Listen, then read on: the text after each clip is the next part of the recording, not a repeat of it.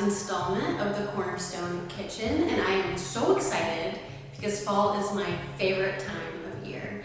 So today is technically the first day of autumn, and we're going to celebrate by doing some pumpkin energy bombs, which is amazing because they're super good for on the go. You can throw them in the freezer and they last a couple of weeks. They stay fresh and they're delicious. So you are going to start out with about 1.5 cups of oats. The oats that I have, I already had some chia seeds in there, some pumpkin seeds, some nuts, so it has a little bit of extra crunch.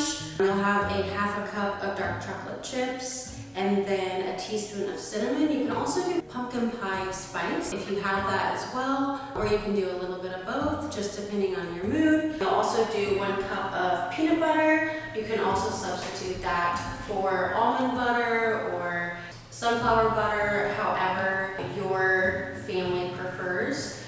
So the most important part for me, because I love all things pumpkin, is a 1/2 cup of the pureed pumpkin. And then you'll also do about a teaspoon of honey.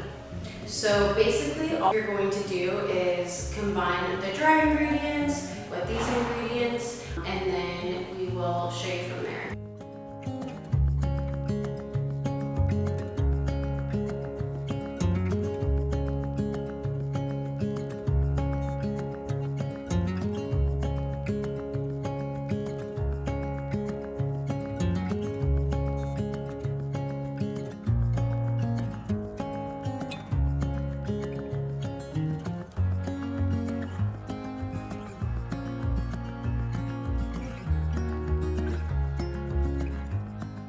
Okay, so now this is the fun part, and this is when you can also have the kiddos get involved and have some fun with you.